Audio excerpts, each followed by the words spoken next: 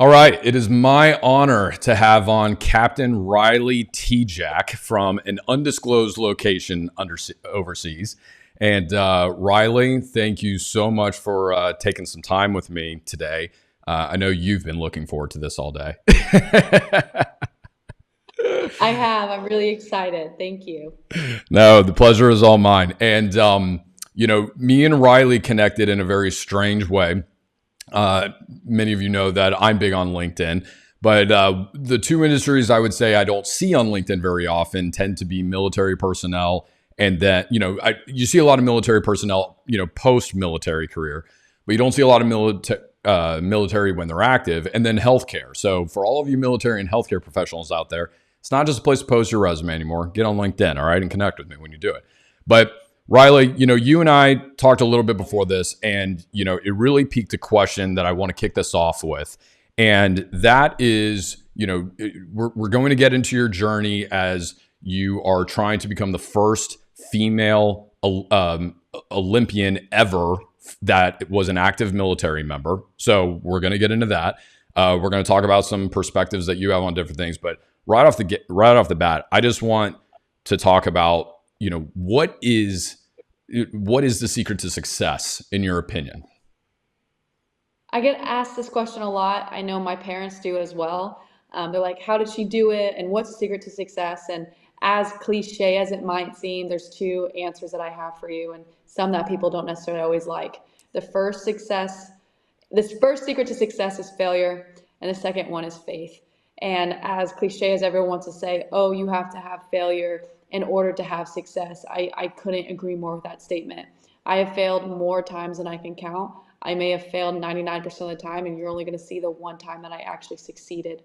And what I believe truly in that is that means failure to me means putting yourself out there, testing your limits, and adjusting based off of that course. Failure is something that I welcome because it teaches me more, grows me as a person, and gets me that much more closer to the place where I'm supposed to be. But without anything else, and failure just on its own can be defeating, which is why I believe the second piece to that, and it's definitely 50-50, is faith. I'm a very strong Christian. I love Jesus, and everything that I have is because of him. So I also know that when I fail and things go wrong, that's him just kind of leading and guiding me down the path that he really wants, which also makes me be okay with failure, maybe compared to where other people wouldn't. So the two F's that are the secret key to success, I really believe, are failure and faith.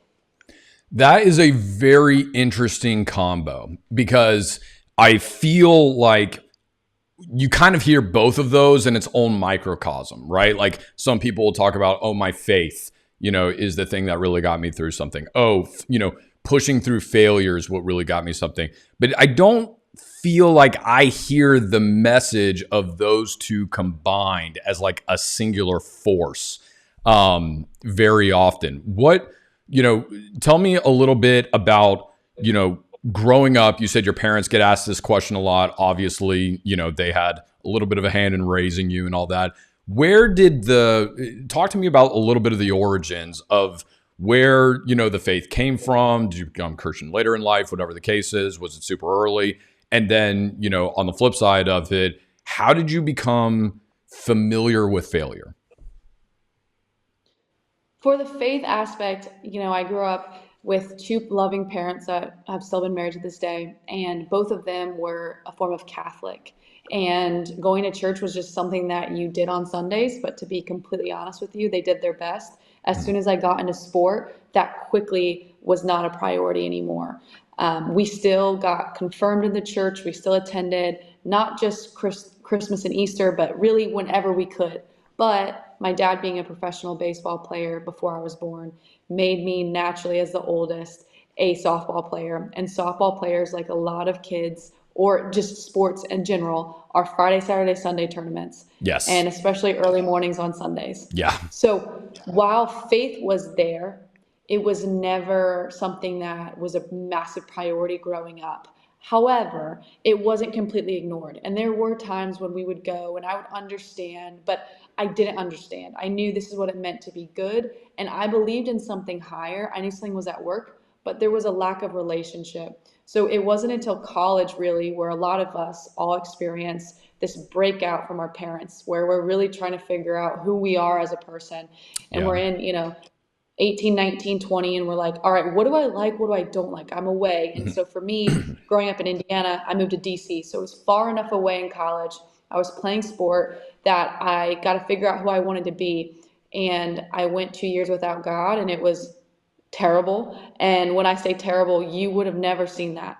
People were looking at me on the outside like I had everything. I mean, resume after resume, starting as a freshman, 4.0 GPA, working this job, this opportunity, met a The marine recruiter. Instagram perfect life.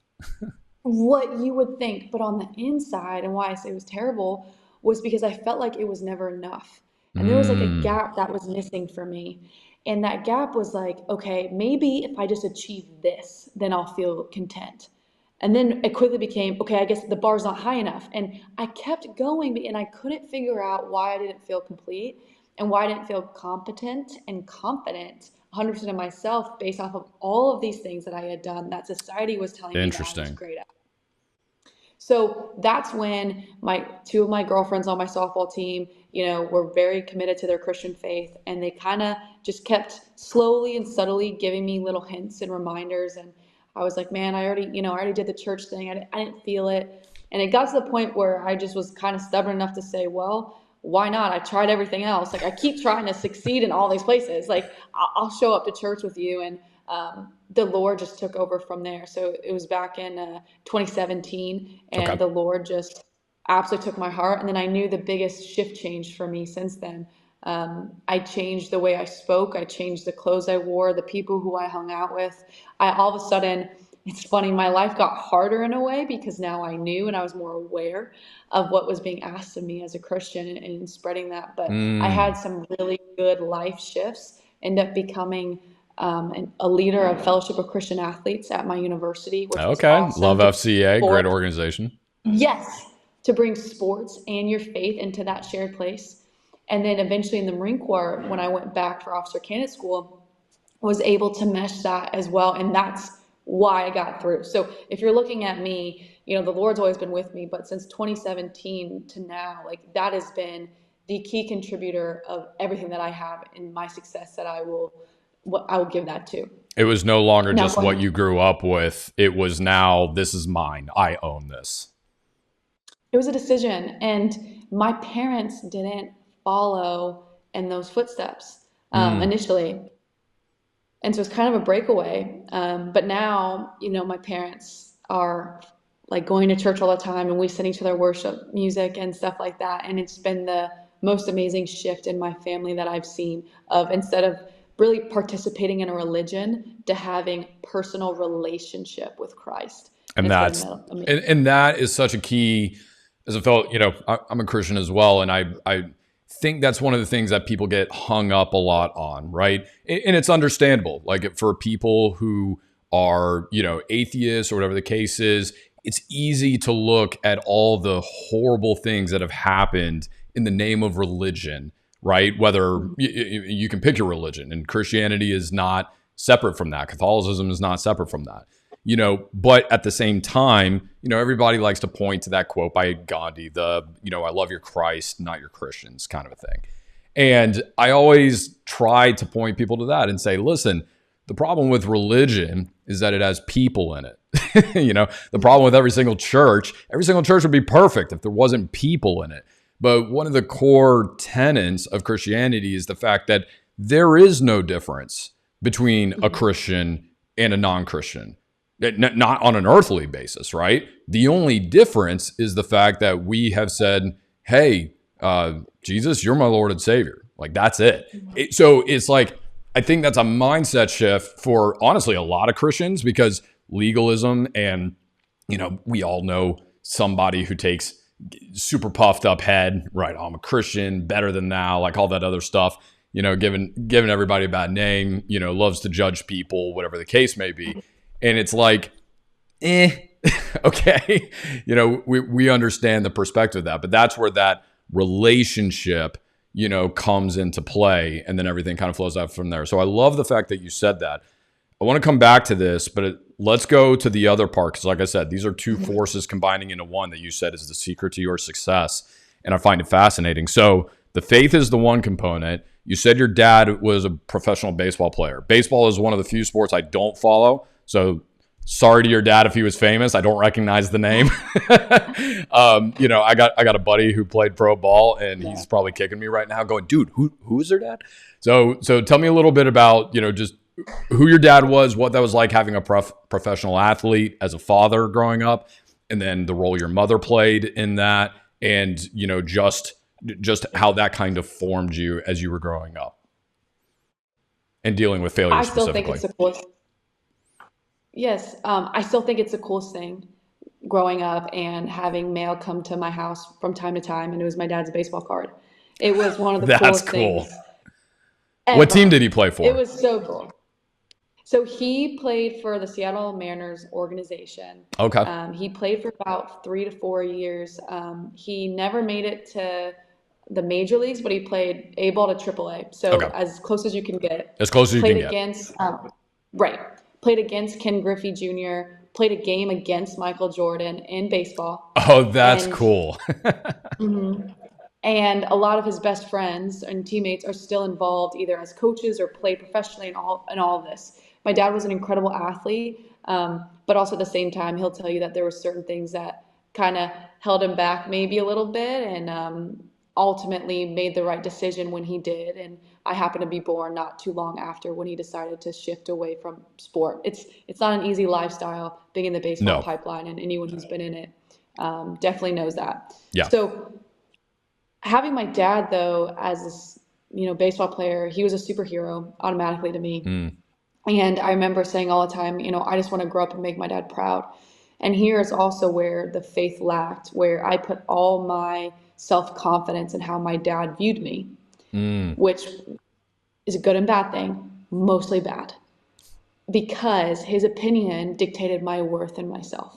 Okay. And I love him more than anything. My dad is my best friend to this day, and my mom, different relationships, but my dad is incredible, but we weren't always able to separate our relationship. However, failure, and circling back into that.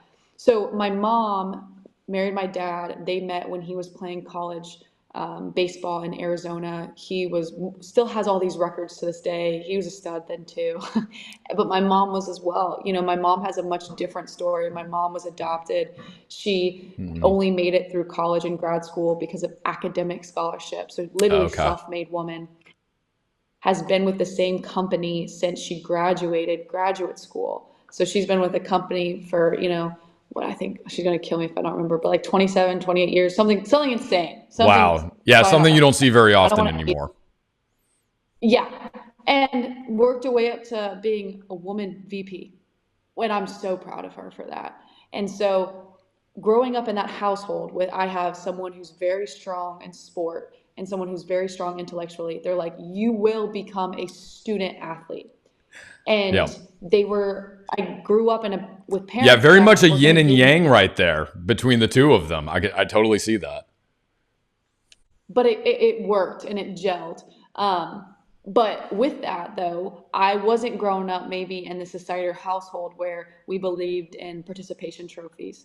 Okay. And I know a lot of people are probably don't love this comment, but you need to let your kids fail, period. Could not agree more. And your child, in my opinion, should not be getting a trophy for showing up to a game and showing up to practice. That's expected of you. And so that's something that was taught of me and my parents instilled that in me. We expect good grades. You're not going to get rewarded for good grades. That's your expectation. We expect you to succeed in sport and what you give what you decide to put your mind to. There's no ifs, ands, or buts. Good example, again, how my family was. You will graduate college. We're not going to celebrate you graduating college. That's an expectation. Now, did they come to my, graduation in college and were they there and, congratulations, all this stuff? Absolutely. But it was an expectation. Okay. So with that growing up, failure was something that came up. I played bad. You played bad. There was no sugarcoating around it. There's no, oh, it's okay. It's like, no, you had a bad game. Like, what are you going to do to fix it? How are you going to be better? Like, I'm not going to lie to you right now, Riley. Like, you did not show up. You did not put in the work. You were 10 minutes late to practice. There's repercussions of this. Okay. And, you didn't do well, and you didn't do well on this exam. We're taking your phone away. There wasn't, oh, you showed up and you tried. It was like, hey, this is the real world, and this is how it is. And so I do think that because they allowed me to fail, I had to learn how to fail. In playing a sport of softball, you fail 70% of the time at the plate. Yeah, baseball, softball, games of failure. Absolutely.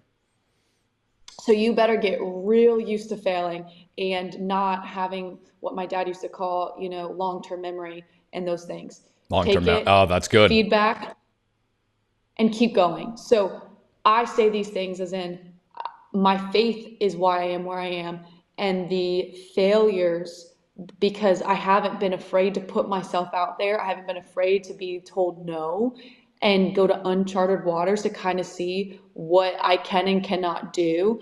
And I think pressure is a privilege, but I think failure is an absolute. Okay. You have to have it. And too many times I see people shy away from failure, and failure is a very cliche word. So I'm going to change it up a little bit. Okay. They shy away from being told no. Ooh, I like that. Okay.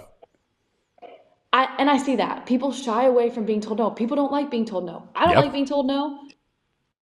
But if you don't put yourself out there and you don't ask, closed mouths don't eat.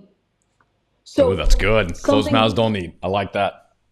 Yeah. Something that I've seen that I like to put is if something's in my heart and I desire something, I'm going to have the faith and confidence in myself that I'm going to be okay regardless because God's leading me. And I'm going to put myself out there because if I fail and you told me the answer is no, okay, then I'll just pivot. I love that word in the Marine Corps. Okay, I'm going to pivot and I'm going to go into something else. And then if you tell me no, I'm going to pivot and redirect again until I get a yes. And I'm going to keep following, that route of life. But I would say everyone's like, oh yeah, failure's great, but no one wants to be told no. And so sometimes they'll shy away and not even ask because they believe the answer might be no. There's a really interesting challenge I saw that somebody did, and I don't have a problem being told no. I wasn't particularly good looking in high school, so I got no a lot whenever I was asking girls out. So that prepared me for a life in sales. So the argument could be made. I'm still working on the glow up. Okay, so maybe a couple more years, and I'll get to age gracefully or something. But no, I mean, for whatever reason, I was a pretty tenacious kid. No didn't phase me a lot either, kind of naturally. That just is the spirit of who I am. And one of the things that, because of that, I wasn't consciously aware of how afraid people were of getting no. And now that I'm doing coaching, I find that it's incredibly common, which I think is something that the majority of the population would go, duh, Stephen. So there is a challenge that somebody said, and it was called 30 days of no. And basically all it is that one time a day for 30 days, it's a list of things that you need to do or questions you need to ask to where you are pretty much 99% guaranteed that you're going to get a no. Like one of them was something like going into a coffee shop and asking for free coffee. They're probably going to look at you and say no. It's like just getting comfortable with the word no. And I'll take it a step further. I think that sometimes the power, getting comfortable with being told no is just as important as the ability to say no as well. Because I think that is a superpower that a lot of people don't have nowadays. Everybody's too busy. Everybody's got too many things going on. There's no time. There's no money left in the day. Everybody's strapped, right? Yet somehow you have humans like Elon Musk out here who are freaking launching rockets, catching them with clamps, right? Building electric cars, doing all these things. It's like, well, he has the same amount of time that I do. So what's going on here? And one thing that I find when it comes to how we use our time to achieve things is not just the learning to be okay with getting the no, which I think, to your point, is crucial. But I think the other side to it is the ability for us to say no as well. And I think so many people hate saying no to people or opportunities or whatever the case is because they just don't inherently want to disappoint anyone. And when you don't have clarity on what you want in your life, then you'll probably end up saying yes to a bunch of things that don't align with getting you where you want to be. And that's what I call good distractions. You might say yes to some things that are good, but at the end of the day, if it's not moving you towards the things that really matter in your life, then it's just, at the end of the day, taking away from you getting there. So I say that, I think this is a great time to transition. That's cool you did softball, but there's no ice in softball. So what made you go from, okay, softball athlete, join the Marine or Army, right? I'm sorry. I don't want to get that wrong. So, Marines. Okay, I was right the first time. Yep, don't want to get that wrong. So a lot of love between all of y'all. So join the Marines, and now you are on the path. You are working to become the first female active military member ever, right? Because last I checked, and I know some Olympians because of the city I live in, Gainesville, there's a lot of training done at the University of Florida. Katie Ledecky, very famous Olympian here, a lot of great swimmers, Caleb Dressel, all come out of here. So I've had the opportunity to meet a lot of them. And, the training to become an Olympian, if you have paid even 10 seconds of attention to it, it's intense. It doesn't matter what your sport is. It's a lot of training. Well, guess what? Being in the military kind of takes up a lot of your time as well when you're deployed. So talk to me about a little bit of the transition. How did you go from softball, getting into the military, and then how did that transition into this dream of becoming the first female active military member in the Olympics?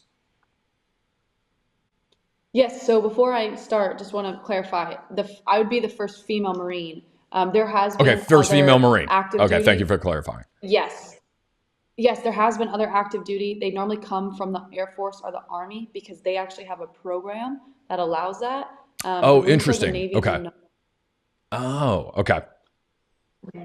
So to answer your question now, doesn't make it any less amazing what you're doing. So it's like, okay, that's great. They got programs. You don't. That makes it that much more difficult. So essentially, where this came from, bobsled actually came from softball. Now, to your point, a lot of people hear that and they're like, well, there was no ice in softball.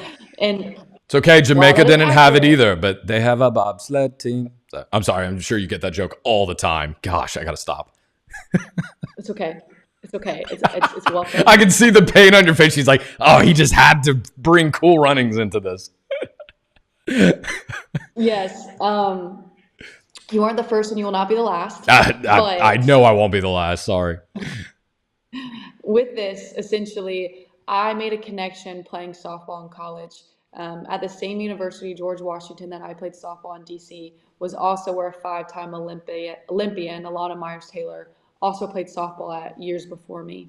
Okay. And when I was playing softball there, we got introduced after she did very well in Pyeongchang in 2018 and came and spoke to the team. I didn't graduate college till 2019, but I had initially started in the Marine Corps in 2016. So again, my eyes were set and focused on the Marine Corps and being a female Marine. Again, I emphasize female Marine because at the time there was maybe 5 or 6% of officers were females at that time in the Marine Corps. Wow. Okay. So it was a big deal for me.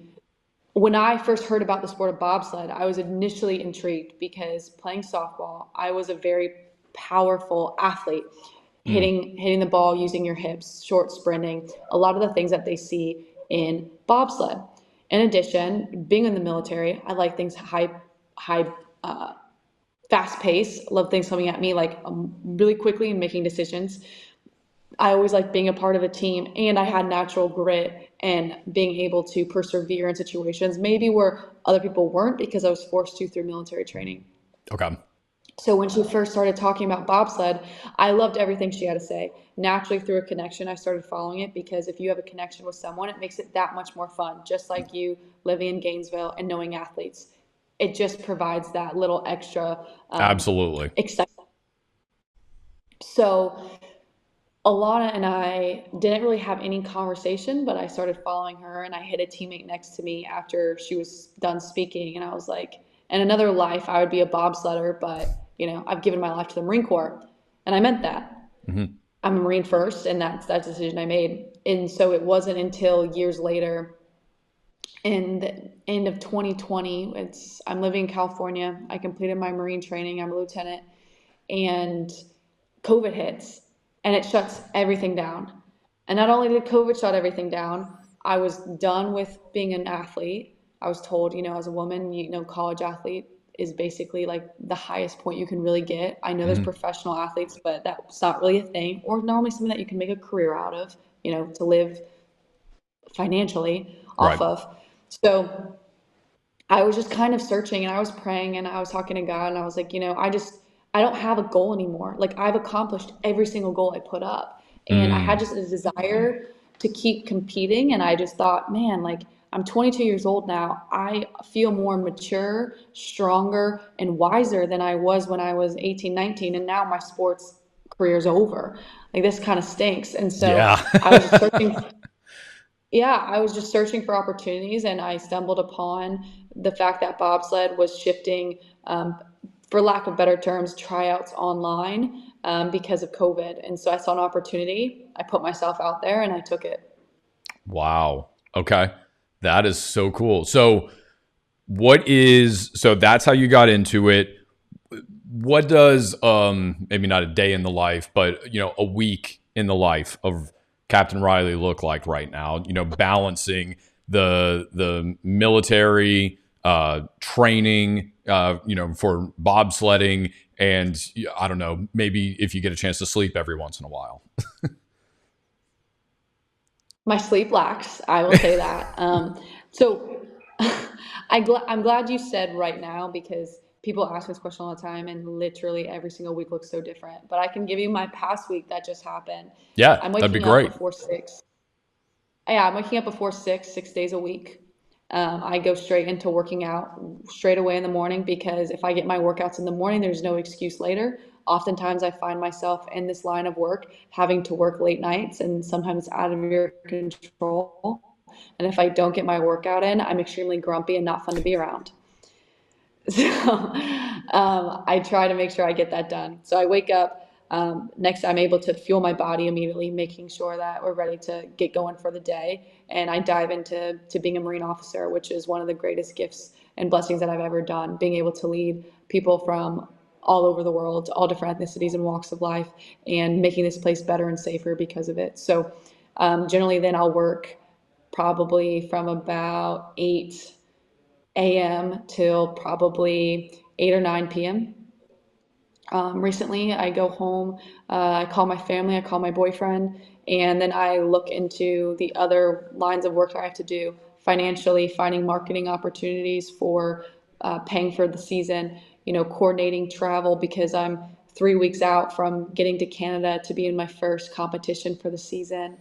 I'm trying to post on LinkedIn and Instagram and like keep people up to date with what I'm doing. And then on the side, doing little fun activities that I like. For example, I have a children's book coming out in January that I'm very excited for. And she's a writer on top of it. Gosh. Nothing's stopping this girl. I love this. So, and then I go to sleep. It depends. And then maybe sleep optional, right? That is incredible. So with part of your training regimen,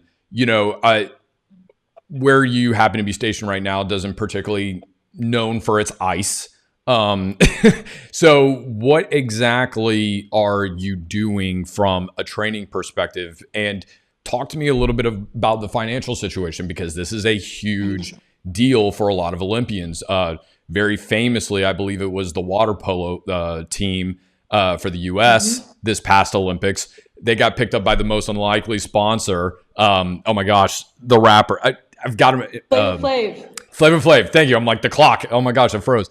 So yeah, they had Flavor Flav of all people coming in and sponsoring the team. It was great publicity for them. But that all came from a post that they made. The U.S. Olympics, right? Like one of the wealthiest nations in the country, in the world. They were struggling to be able to pay for some of the basics like travel and equipment and some other things. So I don't think a lot of people realize that outside of, some of the big time sports, like maybe a gymnastics or, some of the very well-known ones, a lot of Olympians really struggle to meet financial needs and have to get sponsorships elsewhere. So talk to me a little bit about what the training looks like, and then specifically, because I'm going to make a call to people at the end of this, hey, you're not getting out of here without that. We're plugging you, girl. So I'm cheering for you. So, like what kind of needs do you have? Because like you said, unfortunately right now there's not anything within the Marines that has a program like maybe the Army, or I think you said the Air Force might. So just talk to me a little bit about what that all looks like.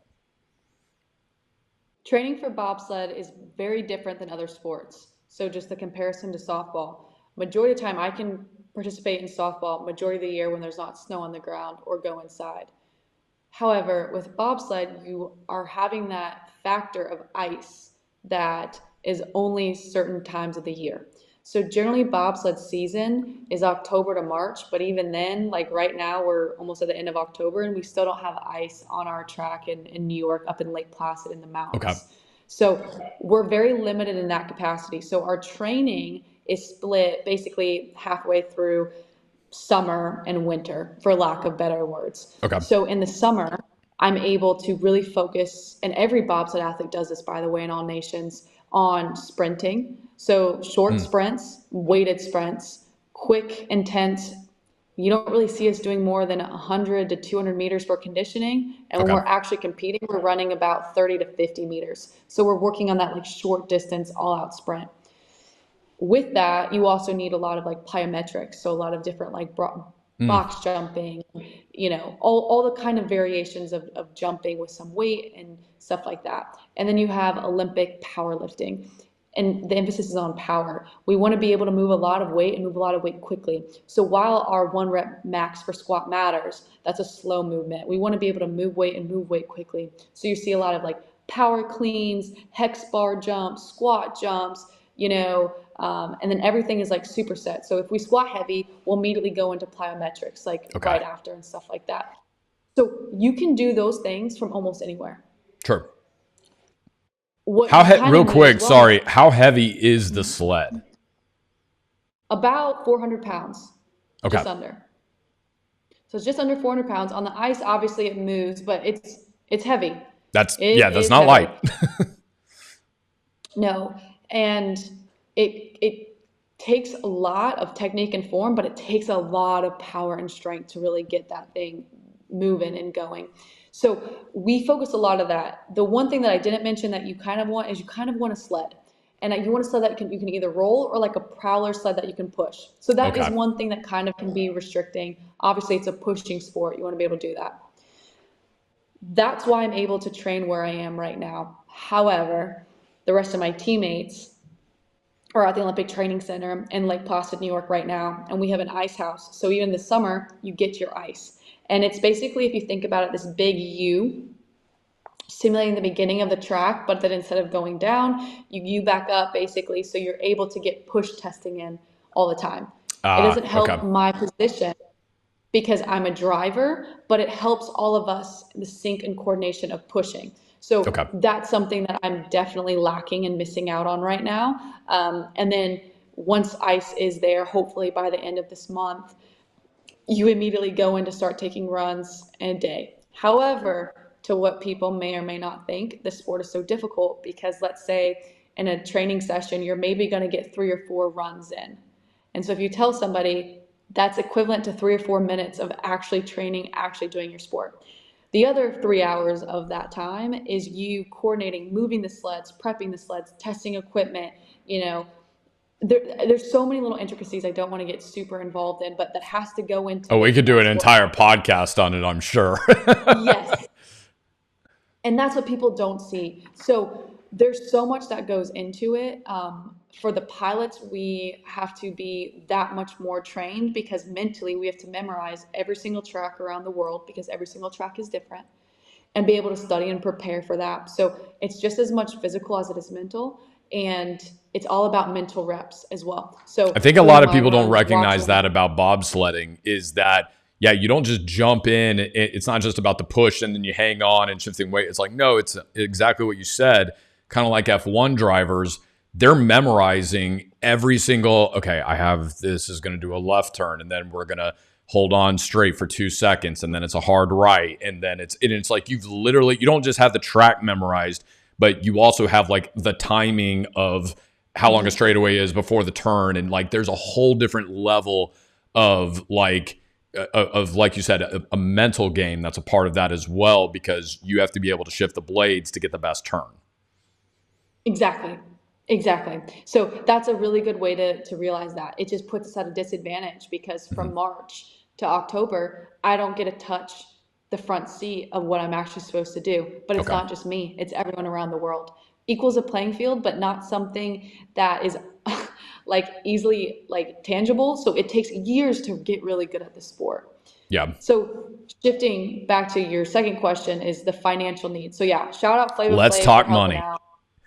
Yeah, that's awesome. What that brings attention to, and you stole my thunder when I say this. People think gymnastics, basketball, track and field, three biggest competitions, I would say, even in the whole Olympics, winter and summer. And they are doing, probably not, when I say this, just fine. They are doing great financially. Those are the Right. people that you see on majority of the commercials. Mm-hmm. Even in basketball, those are your NBA professional athletes that, have gone on and continued. The Olympics is kind of like a side gig for fun for them.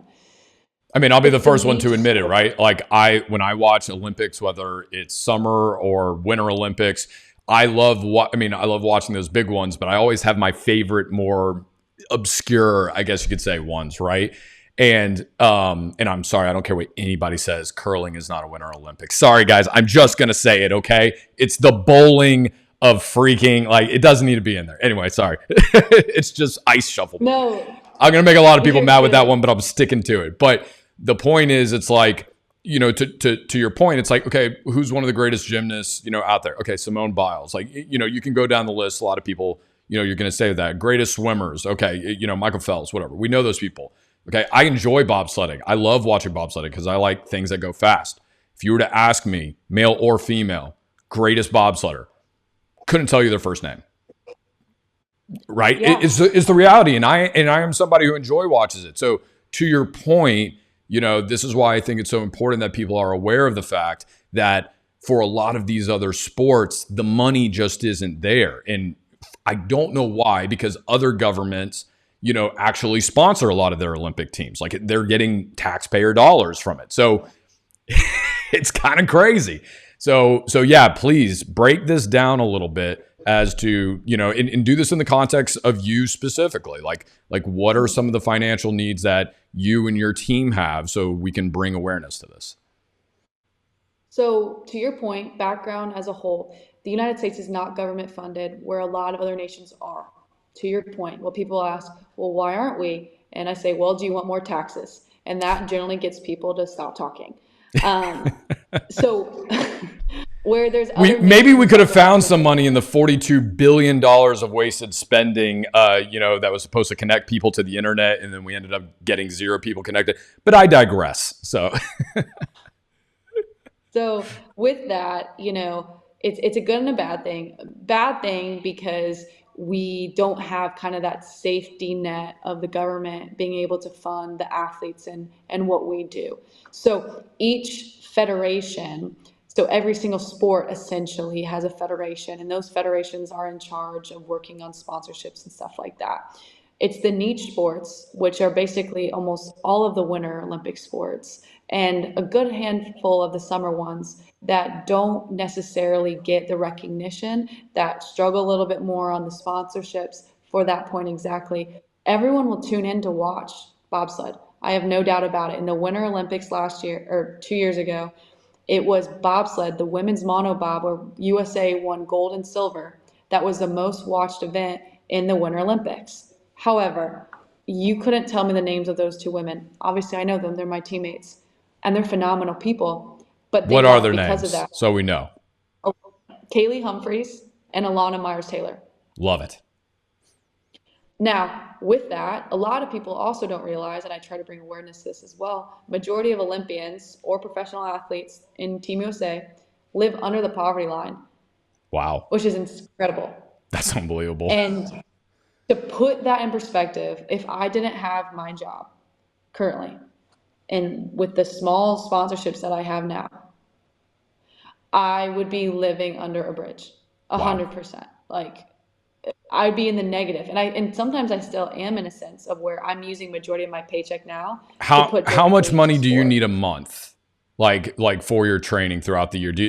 I know that it probably changes based off of the season that you're in and different things and travel, but do you have any kind of like numbers that you can give me? So what I can give you is like a season. Okay. So like that 6 months, which kind of trickles into the other things, but this is just sports specific. Yes. Is about $30,000 to $40,000. 30 to 40. Okay. A season. A season. And when you're saying a season, is that what we were talking about earlier, where it's split between the two, half a year you're doing ice stuff and then half a year is training? Okay. So roughly, yes. Would it be safe to say 70 to 80,000 a year? Probably. So you could say that, depending on equipment, depending on what you're doing. And okay. That's where I go. Do we need to round it up to an even 100? Hey, I'm not complaining. But, and that's where living expenses come into play. So people will be like, I don't understand why. Bobsled is way more expensive than other sports. For example, track and field. What equipment do you really need to compete in track and field? Okay, that's a good point. Spikes. Shoes, spikes. Okay, like maybe you need shoes. You don't even need a lot of clothes. Yeah. Right. So there's not a whole lot there. Right? Now, you think of the sport of bobsled, and when I tell you that our sleds cost between $30,000 and $50,000 per sled, okay, there's that. Then when I tell you the blades on the sled, we call them runners. A set of 4 can cost anywhere from $10,000 to $20,000. Oh my gosh! And you have multiple sets. How long does a set last, by the way? It can last you 5 to 10 years, depending on how good you keep it. Okay, so they can last a while. They don't go out too fast, but still, that's not cheap. But they're different sizes, and different sizes correlate different things. So they can be anywhere from 4.1 millimeters to 7.5. And while that sounds very small, each blade matters and how much friction you're cutting on the ice.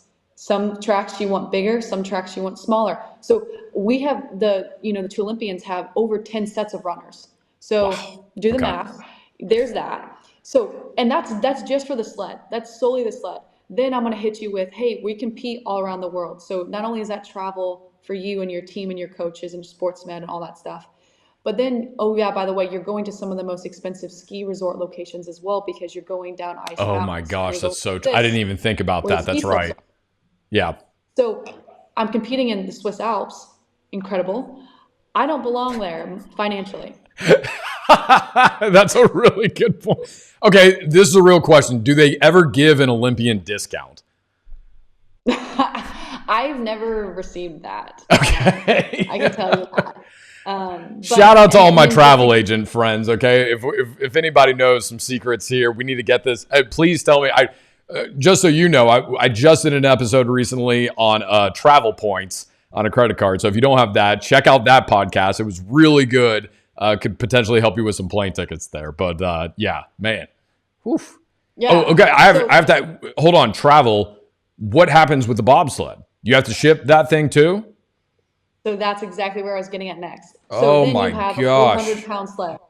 You have 2, because I'm a pilot. I have 2 sleds that I have to ship from all around North America, then to Europe, and there's tracks in Asia.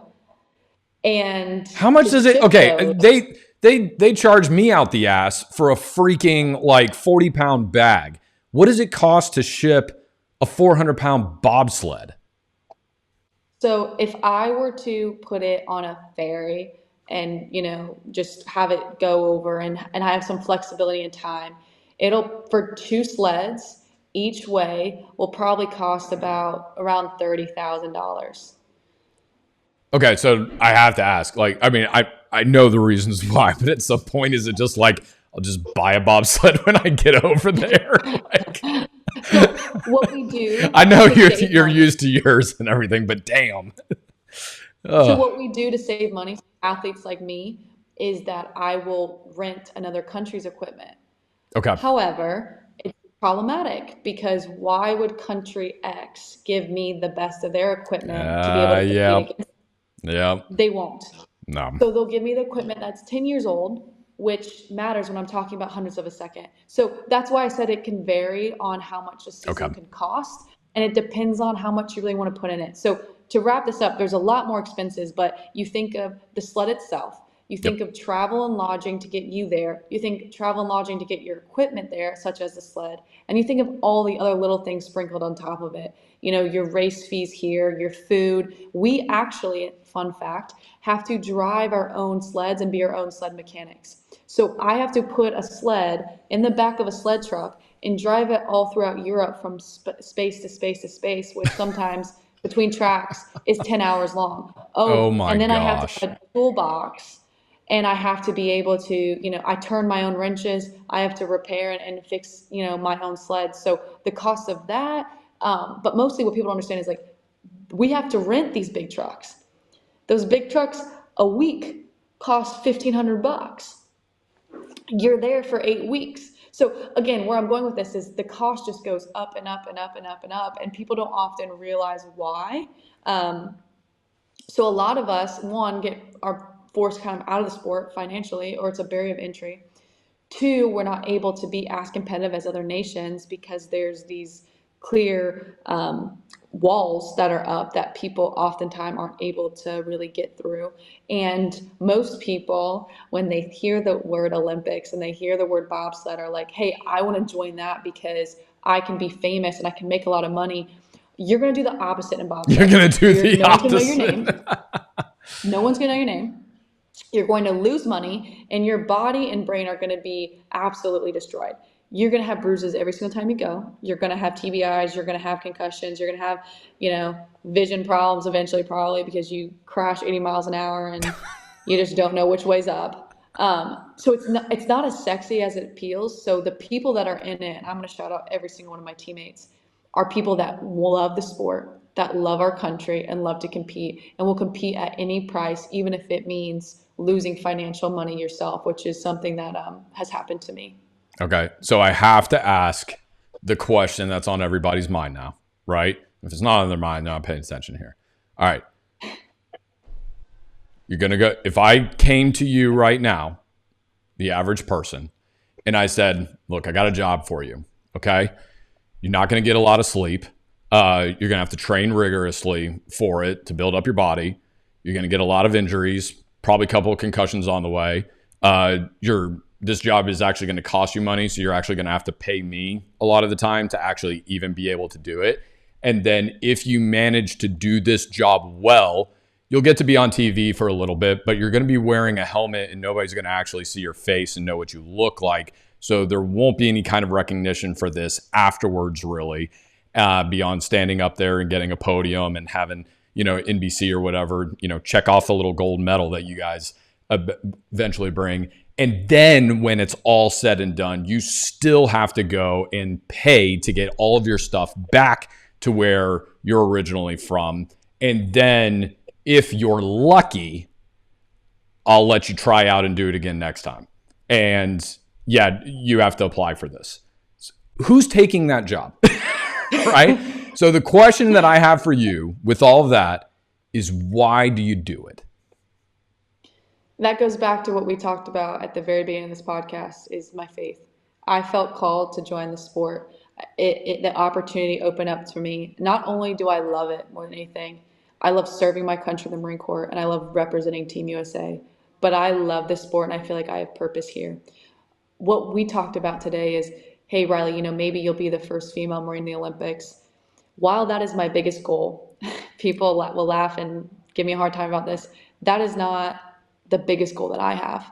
The biggest goal that I have is to use this platform of sport to impact the lives of as many people as possible. To, one, show them the life of Jesus and the love that they have for them, or two, give them a positive impact that they can do to their dreams, goals, aspirations if they and value those two secrets of success and faith and failure and putting themselves out there. And then I guess three, for all the women out there that when I was growing up, that I, not only was told about not being able to be in the military, but that professional sport wasn't really a place for women. So my why and why I continue to do this is because I feel called here. I love it more than anything. And I know that I stand for something bigger than myself. So while I am physically, mentally, and financially going to pay for it in one way or another, literally and figuratively, I wouldn't trade it for anything in the world. And it's been one of the best decisions I've ever made. And if you ask any one of my teammates, we know what's being asked of us, and we're some of the few that will continue to take it over and over again and continue to make that decision because we feel like we have a bigger calling to do it. Oh my gosh, man, I've got goosebumps. I'm not even joking. I have two twin daughters. They're 4, Reese and Scarlett. Okay. And I can tell you right now that a lot of other people might not, but they are going to know the name Riley Tejcek. And we are going to be cheering for you so much when I'm like mad that it's only 2024. I'm like, can the Winter Olympics happen next week? Like, I'm ready to freaking go. So, you're probably not. You're probably like, dude, I still need some more training. But I'm excited, man. So, well, Riley, this has been an absolute pleasure. We could Joe Rogan this thing and go another 3 hours if your schedule permitted. But I've enjoyed this. The pleasure has been all mine. And I really appreciate you taking this time out with me. You can officially count Corson Solutions as a sponsor. Okay. Wish I could take care of the entire bill for you, but we will be making a donation to the team. So, for everybody who's listening to this, do you have is there a link for the team or for you personally, or how do donations work? And then whatever that link is, I'm going to have in the description of this for the show notes as well. Yeah, I'll send that all over to you. Okay, that would be great. And then, and just so, is it, just so I know, is it like a fund for you? Is it a fund for the team? Like, how does that work? Is there two? What's the best way to do it? Yes, so there's one through me that will benefit my whole team. So me and the people that work for Team Tejcek. In addition, if people are interested in how they can help bobsled and skeleton as a whole for our whole team, I can give you that information as well. Okay, I want to focus on yours and everything, so we'll start there, and then obviously just awareness to the bobsled team in general is going to be great too. So we're going to make sure we do that. Thank you for your sacrifice for not just what you do for our country. Appreciate all of our men and women in uniform, but also thank you for your mentality. This is something that for my son, my daughters, for me personally, sacrifice is not a popular word. And seeing one of the things I talk about with people all the time is trade-offs. When they come to me and we're talking about coaching and building the life that you want, one of the things that we have to talk about is don't tell me what you're willing to do. Tell me what you're willing to sacrifice in order to get it, because we can't do it all. And that's the number one mistake I see people making, is that they're trying to do so many different good things, but it's not a concerted, focused effort on any particular one of them. And therefore they're just spread thin and they don't make any kind of progress. And, that's why I think having you're somebody with a strong sense of why. I don't think you could be successful at any of these things that you're doing if you didn't have that. But then because of that, going to that aspect of failure, you're not just willing to deal with the no's, you're not just willing to deal with the failure, you're willing to sacrifice some pretty significant things in your life for something greater. And in a world nowadays that is so self-focused, that is so, what am I going to get out of this kind of a thing? I think your message is so refreshing and so important for people to hear that, listen, sometimes the greatest thing that you can do for yourself actually isn't for you at all. And, so I just really appreciate that about you, and just wanted to make sure that we highlight the kind of mentality and character and spirit that all takes. I want to give you the last word. Is there, on, we're on top of the mountaintops here. Any message across the board, anything that you would like to share? Every time I do this, it's what's ever on my heart, and what's on my heart right now is just anyone that's listening. I hope you know that you are loved. I hope you know that you are perfectly made, and I hope you know that you're exactly where you're supposed to be. You're not alone in whatever fight or whatever struggle, whatever hill, whatever valley that you're on right now. You automatically have two people that care immensely. Please reach out to me on social media. You can have my email or direct message me. I always get back to everyone as long as it's not inappropriate. And I'd love to connect if anything we talked about resonated with you and you want to talk further. Thank you for taking the time to listen. And you're loved. Man, this has been one of my favorite podcast episodes. I'm not afraid to say it. Sorry to all my other guests and everything, but this has been top 3 for me. So this has been fantastic. Thank you so much. I will have all of your contact information for everybody listening to this who's moved to it. 2026, by the time this thing airs, still got a ways to go. She needs money. Let's get her some donations, okay? For people seeing the clips of this online, go check it out. We need to support our Olympians. Support our military members. So you get a 2-for-1 here deal with Riley. And we need to make sure that happens, okay? So Riley, thank you so much. It's been a pleasure. Thank you.